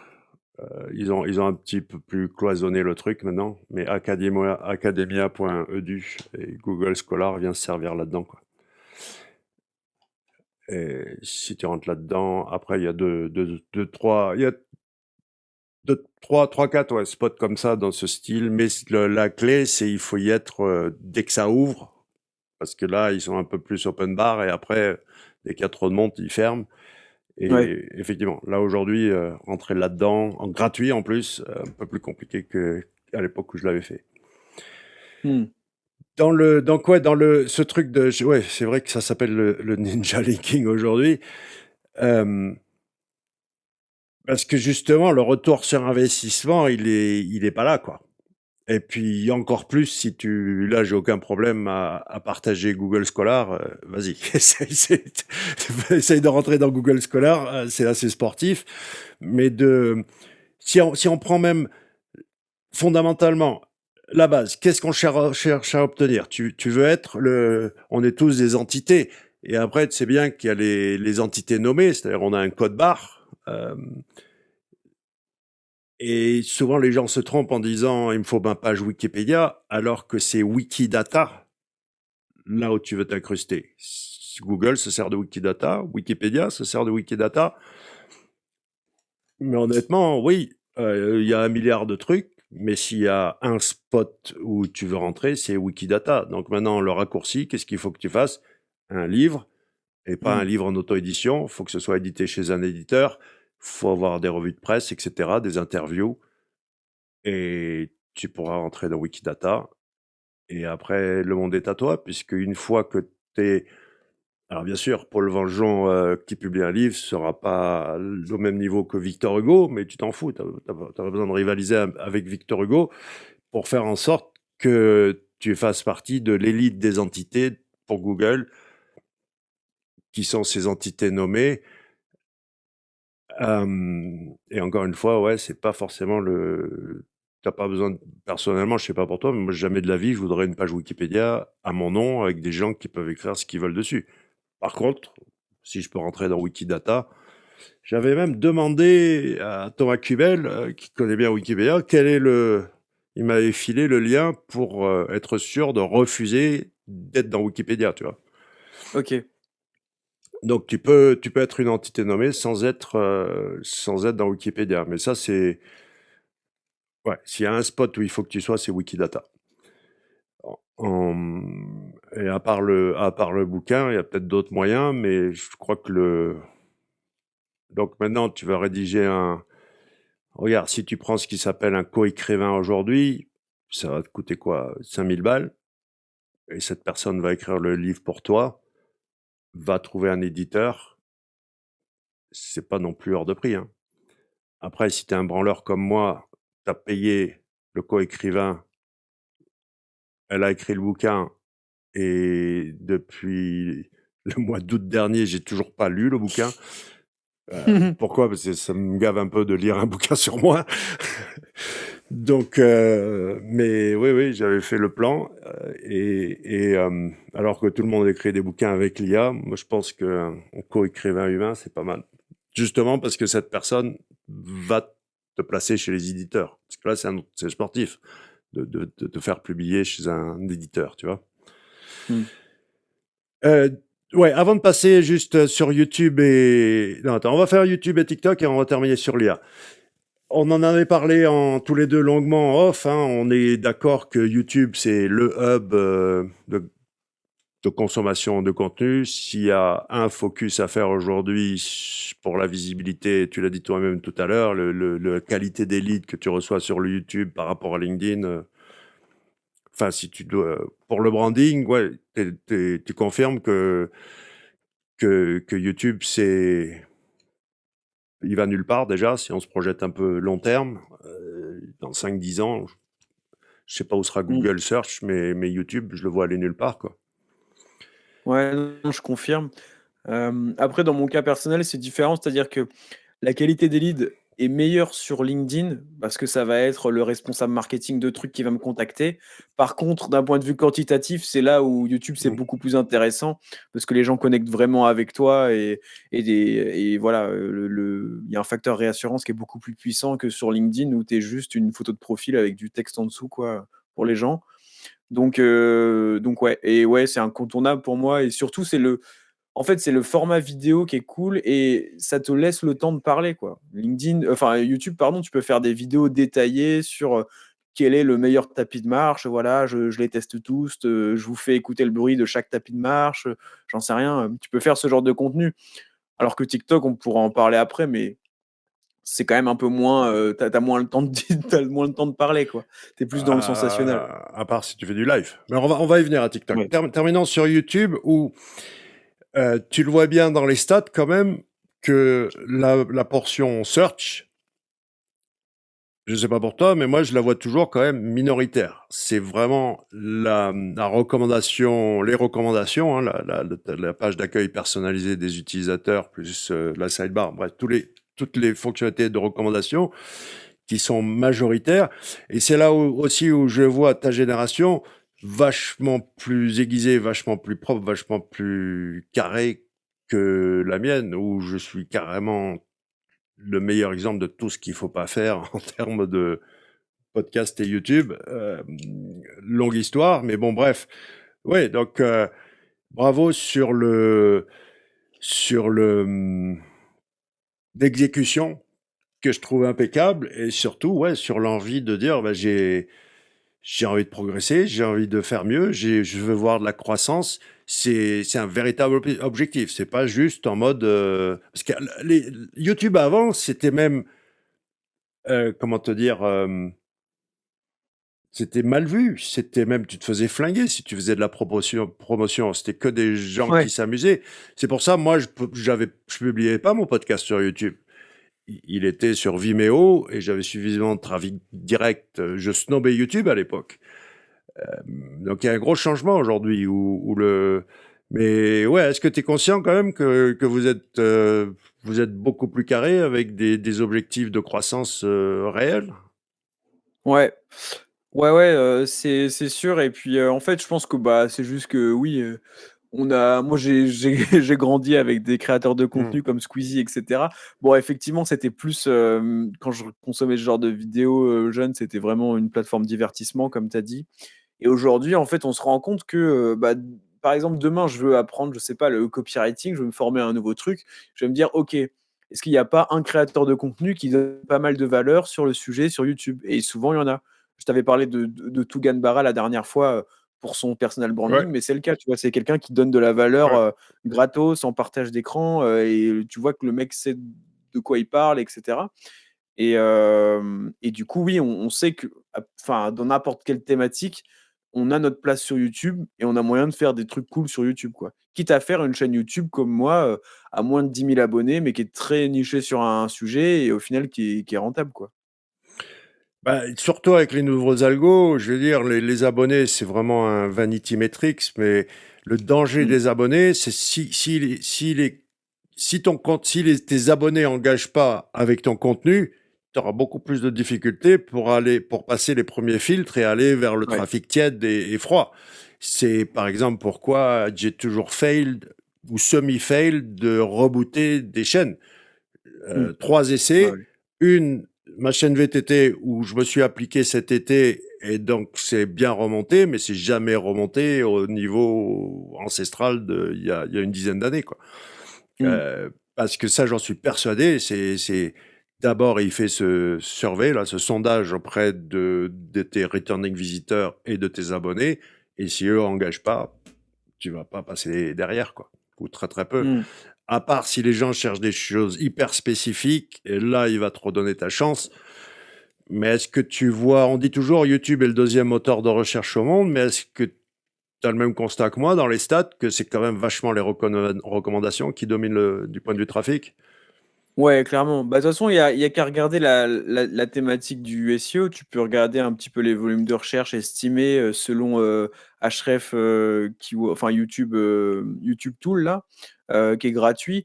Quand tu tapes SEO dans la barre de recherche, il y a pas non plus, enfin, tu vois, il y a des recherches mensuelles, mais c'est pas un truc de dingue, quoi. Et effectivement, les suggestions vidéo, le fait que tu apparaisses, sur la page d'accueil de tes internautes, qui ont rien demandé et cetera, enfin, que tu sois recommandé tout simplement, c'est ça la réelle puissance, quoi.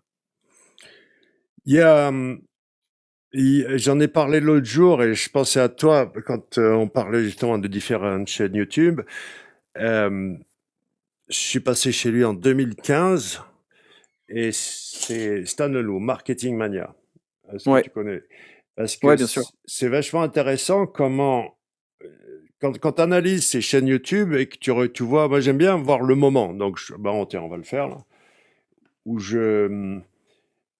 mais je voulais parler de lui parce que même en 2015, le gars était tellement pro, tellement dans sa manière le brief qu'il t'envoyait avant, avec voilà, un micro, il faut que ce soit comme ça, la caméra, il faut que ce soit comme ça, voilà les questions que je vais te poser, etc.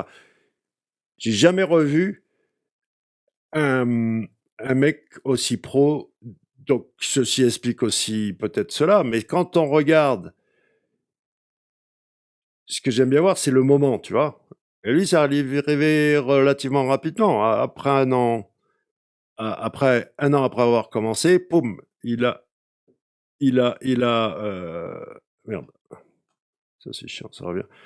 Ouais, poum, là, il est passé à 51 000, et puis là, il a cartonné. La vidéo qui a levé 13 millions en 3 minutes. On trouve toujours ce truc des chiffres, des millions, etc. On a parlé de ça. Mais ce qui est intéressant de voir, c'est que c'est très rare qu'il y ait une progression linéaire. Je sais pas ce que tu en penses, mais moi, je vois toujours ce que j'appelle le moment, tu vois. La vidéo qui fait que ça explose. Mais contrairement au SEO, qui, à mon humble avis, est shadowban sur YouTube, ouais, la thématique marketing en général, et après, quand tu rentres dans un truc ben, aussi, ouais, c'est le marketing hypnotique, la persuasion, etc. Il a vraiment trouvé son créneau. Et puis, ben, encore une fois, la vérité est à l'écran. Le gars, est-ce qu'il est toujours aussi acharné d'ailleurs? Voyons voir. Les tests. 4 mois. Ouais, non, il est moins. Bon, après 10 ans de YouTubing, ça fait beaucoup, quoi.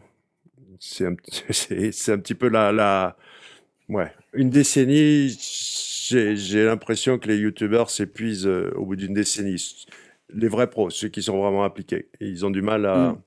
à passer les 10 ans, quoi.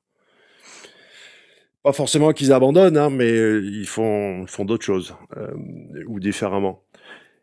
Est-ce que toi, tu te verrais youtubeur professionnel faire que ça? Mmh, non, parce que je pense que, en tout cas, si je garde une chaîne qui parle uniquement de SEO, je serais quand même très vite limité.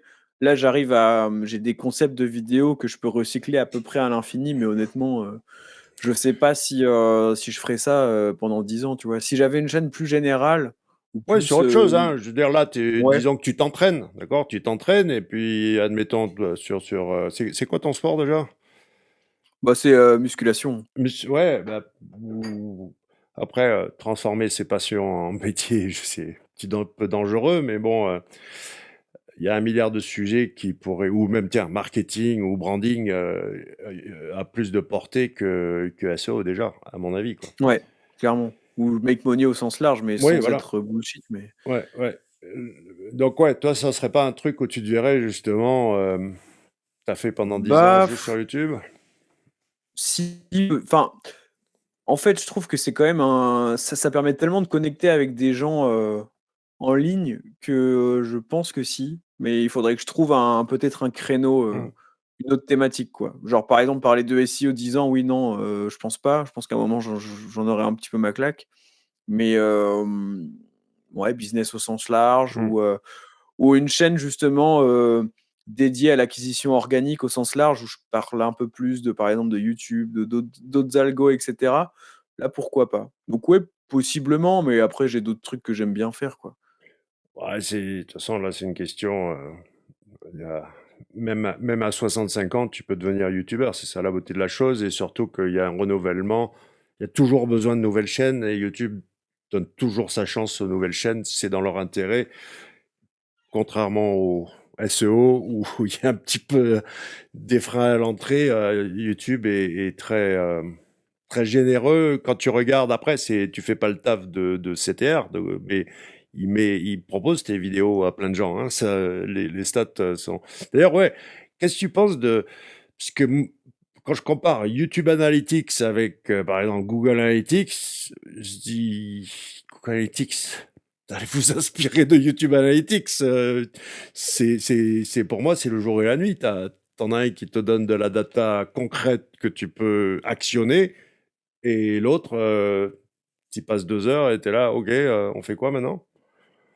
Mmh. Tu vois là, ce que je veux dire du point de vue de la Enfin, moi j'adore YouTube Analytics, quoi. Je trouve que tu n'as pas besoin de chercher, ils te mettent en gros les trucs les plus importants tout en haut, regarde ça et améliore ça, et ça marche. Et Je suis assez d'accord, ouais. C'est vrai que honnêtement, par contre, je mets pas du tout assez le nez là-dedans, tout comme je mets pas le nez dans mes perfs, LinkedIn à proprement parler. Parce que en fait, comme je focus différents trucs, je vais vraiment rester dans l'action, tout en essayant d'optimiser quand même du bon sens et cetera. Mais c'est vrai que les stats YouTube, je les regarde même pas tant que ça. Mais je suis assez d'accord avec toi sur le fait que c'est visuel et c'est très facile à comprendre. Et ouais, en fait, si on devait comparer, je trouve que YouTube Studio Analytics, c'est un peu comme la Google Search Console, tu vois? Le Hmm. rapport performance, c'est assez simple. Tu vois direct ta courbe, OK, tac. C'est ma performance, elle vient de tel mot-clé en majorité et cetera et en fait, tu comprends direct. Alors que Google Analytics, oui, c'est clairement le bordel, quoi. Le- Ok, on va passer parce que TikTok, c'est absolument fascinant ce qui s'est passé avec cette plateforme, voire même quand ça a été pendant 24 heures censuré aux États-Unis. Je sais pas si tu as suivi, mais là où ils m'ont bluffé, les jeunes, c'est qu'ils ont dit, donc juste avant que Trump, où il avait été élu, et c'était juste avant qu'il prenne ses fonctions. Ils ont banni TikTok aux États-Unis, et les jeunes, au lieu de dire bah, on va retourner sur Instagram, ils ont dit fuck, on va aller sur Rednote, un concurrent de TikTok en mandarin. T'as pas suivi cette histoire? De loin, je crois que j'en ai entendu parler, ouais, Mais mais j'ai trouvé ça exceptionnel que les jeunes ont dit non, non, on est mieux chez les Chinois, allez vous faire foutre, le gouvernement américain, on va aller apprendre le mandarin et on va aller sur ce TikTok, ce concurrent de TikTok chinois. Euh, je suis sur TikTok depuis que ça s'appelle Musicali, ouais. mais là je suis fasciné par la puissance de cet algo, la pertinence de cet algo. Et en fait, ouais, je veux dire, surtout pour un certain type de recherche où tu as un problème et il est super. L'exemple que je donne toujours, c'est, on va le regarder, Overheat Sony Camera. Donc, si tu regardes Google. Même les vidéos, il n'y a aucun qui donne la vraie solution. Résultat de merde. Reddit, ok, bam, bam, bam, bam, bam. Tout ça, c'est pas la solution. Et de l'autre côté, on va sur TikTok. Et attends, 2 secondes. Je suis manchot là.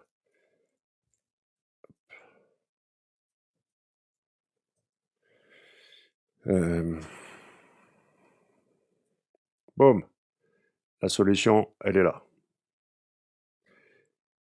De suite. C'est-à-dire, c'est rien. Et du coup, ben, j'ai acheté, ok? C'est un putain de Oui. ventilateur que si tu veux filmer en 4K, ça marche pas. C'est connerie, ça chauffe, c'est la merde. Et tous les trucs que Google peut te donner, non, c'est pas ça la solution. La seule solution, c'est foutre un putain de ventilateur au dos de ton appareil photo. Et j'en ai plein comme ça d'exemples où TikTok est surprenant de pertinence. Quelle est ton approche de TikTok? Comment tu le vois? Pas forcément en tant que créateur, mais déjà en tant qu'utilisateur. Ouais. Alors c'est simple, je l'ai pas sur mon téléphone parce que je me fais déjà assez happer par les TikTok like, genre les réels Insta, les shorts YouTube, enfin, surtout les réels Instagram en l'occurrence. Donc je l'ai pas. Maintenant, je comprends tout à fait qu'il y ait des recherches là-dessus et la pertinence que ça a. Quand on veut une réponse rapide, visuelle, quand on veut une réponse avec des avis, une réponse humaine au final. Et moi, je le retrouve plutôt avec YouTube Shorts, où parfois je me surprends à faire une recherche dans YouTube et je vois qu'en fait, ce qui rank, c'est des shorts. Et je me dis, bah oui, effectivement, j'ai tapé un truc très précis où j'ai besoin d'une réponse très rapide. Évidemment que le contenu le plus propice pour m'aider, c'est un short de 6 secondes qui me montre, j'en sais rien moi, comment nettoyer. Tiens, je te dis une bêtise, comment nettoyer ma boîte de AirPods Pro. Bah ouais, si j'ai un short de 10 secondes ou un TikTok qui me montre, bah voilà, en fait, tu prends un chiffon et tu fais ça, bah je suis content, j'ai pas besoin d'une vidéo de 20 minutes. Carrément. Et c'est après, on peut s'offusquer du fait qu'ils t'espionnent, qu'ils t'écoutent, qu'ils regardent ce que tu tapes et tout ça, mais c'est le danger chinois déjà, c'est de la propagande parce que je sais pas si tu sais, mais les 2 plus gros hacks de l'histoire sont passés complètement sous silence aux États-Unis. C'est-à-dire les Chinois, ils ont la data américaine de toutes les business depuis... Comment ça s'appelle? Avant Office 360, ça s'appelait comment le truc? C'était la suite, ce que les entreprises avaient... Microsoft Exchange. OK. Microsoft Exchange avait été hacké par les Chinois, c'est-à-dire toutes les entreprises américaines, ben voilà, si tu utilisais Microsoft Exchange, et après une boîte qui s'appelait SolarWinds aussi, qui a été... Bon, tout ça pour dire que à mon humble avis, c'est quand même la menace chinoise, c'est quand même vachement de la propagande, surtout si le danger, c'est qu'ils collectent ta data, déjà pour faire quoi? Euh, et puis deuxièmement, oui, ils l'ont déjà la data depuis bien longtemps, ils n'ont pas besoin de TikTok pour l'avoir chopé. Mais ça, c'est tiens d'ailleurs, tiens, comment toi tu vois cette guerre économique entre Chine, États-Unis et Europe, où tu te places, toi qui es travailleur sur le territoire Internet? On est quand même un petit peu privilégié parce on n'a pas de frontières. Mais est-ce que du point de vue géopolitique, t'as un avis ou tu t'en fous complètement de qui fait quoi du point de vue puissance mondiale? Honnêtement, c'est pas le genre de sujet sur lesquels, Hmm. je me penche. Je suis focus sur mes trucs, Ouais. après, je verrai dans les faits si un jour, je veux accéder à un certain réseau social et que je peux plus y accéder pour X ou Y raison, bah, je m'adapterai puis Hmm. c'est tout, quoi. Non, mais J'attends que ça m'impacte. par exemple, un truc où c'était Thierry Breton, niveau européen, qui avait décrété que tu pouvais pas, toi, Français ou Européen, utiliser une IA si elle paraissait trop humaine. Ouais, ouais, on en avait parlé, ouais. Ouais. Moi, ça m'a carrément scandalisé. Parce que ça veut dire quoi? Et puis déjà, on est au début du truc. Mais avant de passer à l'IA, on va terminer sur l'IA, mais juste est-ce que tu es au courant du carnage des boutiques TikTok? parce qu'elles arrivent en France, là. J'ai justement Benjamin, qui fait partie des premiers. TikTok lui a proposé d'avoir une boutique. Au début, il croyait que c'était un spam, mais je lui dis, mais mec, fonce, fonce. Est-ce que tu as suivi le carnage qui se passe aux États-Unis et en Asie avec les boutiques TikTok? Parce que tu as zéro friction, en fait. Pour vendre, tu as juste à appuyer sur un bouton. Pour acquérir OK. des nouveaux clients, je te dis, c'est carnage. Carnage. Les boutiques TikTok, ouais, foncer sur le plan dès qu'elles sont dispo. C'est un petit peu chiant, les formulaires, tout ça, pour y accéder. Mais honnêtement, ça vaut le coup. Parce que tu vois, il y a plus de friction, quoi. C'est ça qui est chouette.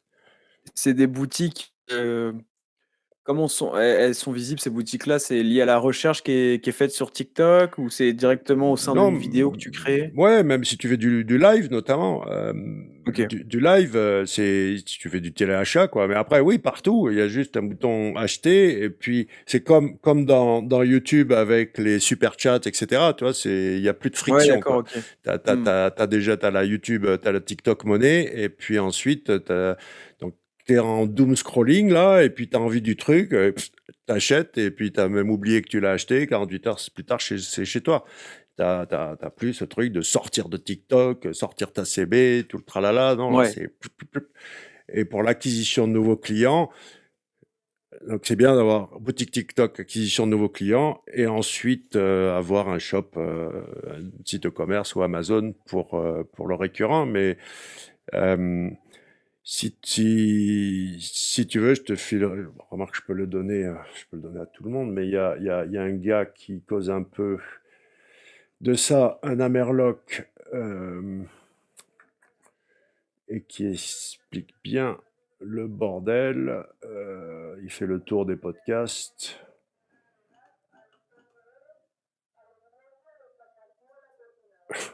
Je sais pas si t'en... J'entends un peu, ouais. En fait, c'est à l'ancienne en Andorre, c'est-à-dire là, c'est un décès. C'est encore les voitures qui passent pour annoncer que, OK. ou alors quand il y a une catastrophe ou je sais pas quoi, on est encore à l'ancienne avec la voiture qui passe. Donc, c'est ce type qu'il faut suivre. Pas celui-là, ça c'est le mec qui interview.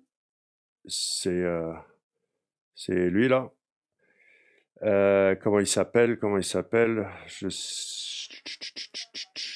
Euh,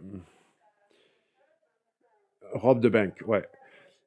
Et alors, par exemple, dans cette interview, ouais, au début, ce qui est génial, c'est que le type, le gars qui interview, attends, tu vas voir. Où est-ce qu'il lui montre? Il dit, c'est incroyable parce que, je crois que c'était au début, ou alors c'est peut-être un autre interview. J'ai écouté 2-3 interviews de ce mec. Et en fait, l'intervieweur est bluffé parce qu'il dit, je savais que je devais parler. Voilà, regarde, voilà. Je devais parler avec toi aujourd'hui. Et regarde ce qu'il y avait sur le comptoir de ma cuisine. Ma femme a commandé un truc dans ta boutique. Donc il était sur le cul de dire c'est pas possible. Et l'autre il a bah ouais, qu'est-ce que tu veux, normal quoi.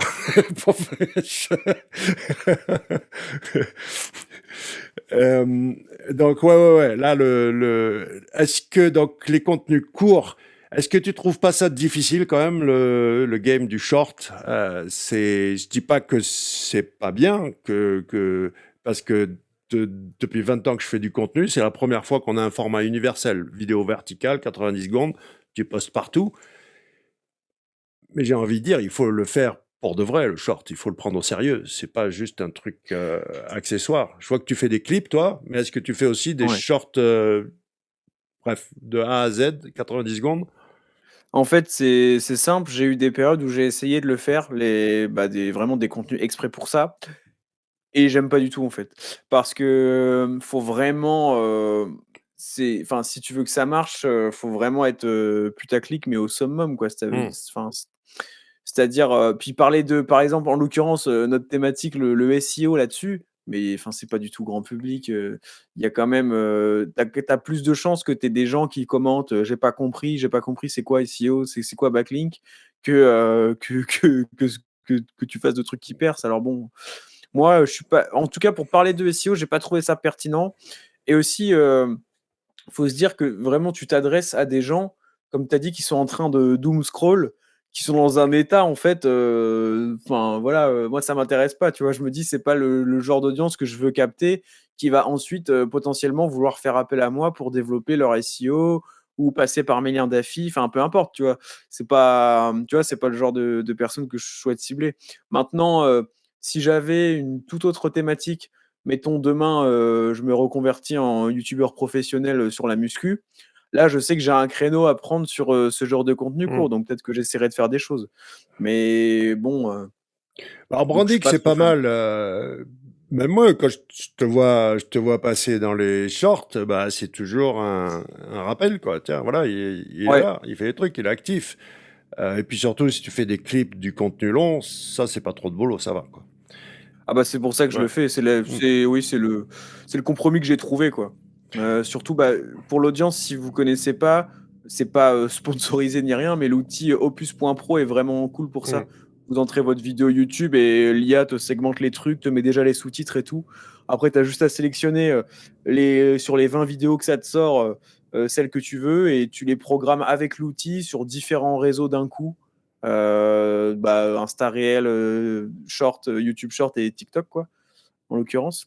Et franchement, c'est un bon, voilà, c'est 30 minutes par semaine, même pas, et vous êtes présent tous les jours sur ces algos-là. Bon, bah, c'est cool, hein. Ouais, il y a plusieurs outils dans ce style, mais c'est clair que la Mmh. post-production a été vachement facilitée avec Opus, avec Wizard, et le troisième, il y en a un autre excellentissime qui en Caption, peut-être? plus, non, il te fait, là où il est chouette, c'est que il va analyser la SERP YouTube Ah OK. et te faire la meilleure vignette et le meilleur titre. Ah putain, comment il s'appelle cet outil? Ah ouais? Il est plus récent, ouais. Bon, j'ai un trou, tant pis, désolé, je te le dirai quand ça me reviendra tout à l'heure. Ça marche. Ouais, même Auphonic, Auphonic pour l'audio, quand tu as suffisamment galéré comme moi à éditer l'audio et que tu as Auphonic, waouh. Mais ça, c'est juste pour l'audio.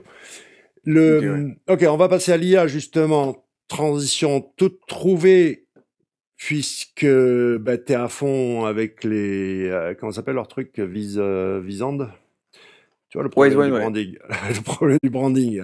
Même si c'est carrément un lancement orchestré, le truc, j'ai pas encore, c'est pas encore imprimé le nom du produit. Donc comment ça s'appelle C'est Wise One. la solution IA de. Mais bon, avant de. Ouais, déjà, bah tiens, alors commençons avec qu'est-ce qui te plaît dans leur solution? Bah, honnêtement, c'est que, alors j'avais jamais pris le temps de tester des solutions un peu tout en un, génération de texte SEO, où en gros tu entres ton mot-clé, tu appuies sur générer et puis ça t'analyse la SERP, les top résultats et ça te propose quelque chose en fonction. Donc c'était le premier outil comme ça que je testais. Et honnêtement, je le trouve assez pertinent, quoi. C'est-à-dire que à la fois tu peux, après il y en a d'autres, hein, des concurrents, on Hmm, pourra peut-être les citer, peu importe, mais à la fois tu peux te dire: «Moi, j'ai pas envie de me prendre la tête, je veux une cadence de publication élevée et donc je veux juste rentrer un mot-clé par ligne et que ça me sorte, voilà, je rentre 5 mots-clés, je veux que ça me sorte 5 textes».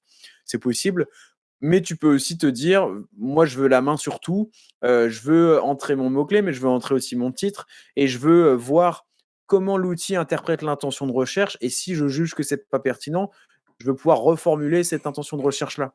En fait, l'objectif du texte, quoi. hmm. Et moi, c'est ça que j'aime bien, c'est que tu peux à la fois lui dire: «OK, je me prends pas la tête, je rentre un mot-clé» et à la fois: «Non, mais je veux quand même la main sur l'intention de recherche et cetera. Je veux que dans le truc, tu m'inclues un listing, des meilleurs agents», j'en sais rien. Et donc je trouve que c'est un bon compromis, gagne pas mal de temps et puis voilà enfin c'est ouais, au final, ça coûte pas si cher que ça, versus, passer du temps à sentir la SERP, même si, dans certains cas, je trouve ça très cool de le faire manuellement sans outil. Donc ouais, non, je trouve ça cool. Mais de toute façon, là, on est quand même bien, que ce soit même pour ceux qui veulent gratter, c'est-à-dire bosser avec l'IA gratuitement. Après, gratuitement, faut le hardware, faut l'ordi qui pédale un peu si tu veux faire on en avait parlé de l'IA en local, hein, sur ton ordi, mais Ouais. c'est ma vision, c'est ce que je fais. J'ai eu 2 rendez-vous aujourd'hui pour vendre des IA et je vois vraiment que les lois de l'univers sont avec moi pour ça. C'est-à-dire tout le monde pense qu'ils vont mourir s'ils passent pas à l'IA. Et c'est des trucs assez compliqués là. Par exemple, pour des avocats, d'accord, qui veulent de la privacy, ils n'ont pas du tout envie de bosser en SaaS et ils ont tous des besoins hyper particuliers. Donc je me place comme artisan qui vend ton IA sur mesure. Euh, mais après, dans toutes les solutions qui existent aujourd'hui, il y a le cocon sémantique automatisé va sortir dans quelques jours là. Je le garde encore secret, mais il y a un outil qui fonctionne merveilleusement bien pour faire du cocon sémantique full IA avec même de la vidéo, des quiz et tout le tralala. Il y a les Wizards qui sont en plein boom là avec leur solution. Ensuite, qu'est-ce qu'on avait comme outil de Foulia? Ben non, il n'y en a pas tant que ça en fait, ceux qui font parler d'eux. Qu'est-ce qu'il y a comme Foulia? Non, j'ai pas d'autres. Bah, il y a eu la période Jasper, mais bon, c'était plus là, c'est de la rédaction, c'est pas tout en un, mais bon. Alors, waouh, est-ce que tu as connu Jarvis avant, j'espère? Oui, oui, oui. Ouais. Je sais pas si je l'avais déjà testé, mais je me rappelle qu'il était bien populaire sur Twitter, il me semble. Jarvis, après il s'est rebrandé Jasper, mais effectivement, moi c'est toujours le test. Si t'étais sur Jarvis, c'est que tu faisais partie des premiers qui. C'était GPT-2, je crois, à l'époque. GPT-3. Bon, c'était du texte qui était quand même. Google le bouffait, mais c'était pas vraiment lisible, hein. Hmm. Dans le. Maintenant, dans la génération, parce que moi, mon workflow de génération de contenu, c'est plusieurs IA. Même au sein d'une même IA, c'est plusieurs modèles. Prenons l'exemple de ChatGPT. Pour moi, ça n'a aucun sens de faire rédiger par 4 O. C'est 4 qui rédigent très très bien. S'il est fait pour ça. 4 O, ou les autres, et puis il y en a qui ont plus code, par exemple, que raisonnement, brainstorming. Donc, faire son choix. Tu joues à ce jeu de mettre des IA en compète les unes contre les autres? Pour Euh, non, bah, le seul que je fais des fois par curiosité, c'est comparer Gemini avec ChatGPT dans leur version gratuite, tu vas voir. Mais ça, c'est plus d'un point de vue internaute, enfin utilisateur, quoi. Qu'est-ce qui apporte des réponses la plus pertinente si je suis un utilisateur et que je veux savoir quels sont les bienfaits de tel complément alimentaire, par exemple. Je trouve ça cool de comparer les deux, mais c'est tout. Ah, t'as pas ce truc du combat de l'homme contre la machine et en mode je t'ai niqué, mais en m'aidant en m'aidant d'une IA. Non, j'ai pas ça. J'ai retrouvé le truc, c'est Taja. Voilà, c'est cet outil qui mérite d'être testé si tu veux optimiser des vidéos. Taja.ai. C'était ça. Les chapitrages de mes podcasts automatiques. Ouais, d'accord. Parce que ouais, si je ne m'abuse, ouais, ou à moins que je me trompe, c'est bien cet outil qui a ce truc tu lui jettes des vidéos, il analyse les vignettes et les titres et il te fait un. Moi, je me trompe. C'est pas lui qui Non, fait si ça? je crois, en fait, moi j'utilise vraiment pour le chapitrage essentiellement, mais il me semble il te propose un titre, une description et miniature, c'est possible, mais alors je crois que j'avais essayé et que j'étais vraiment pas content du résultat, mais alors c'était il y a plusieurs mois, donc Ouais. il me Ça semble. aussi, c'est que tu trouves pas que c'est quand même dingue l'évolution, c'est-à-dire tu testes les trucs, c'est de la merde, et tu reviens 3 mois plus tard et ça Ouais, ouais, marche. bah surtout sur la génération d'images en fait.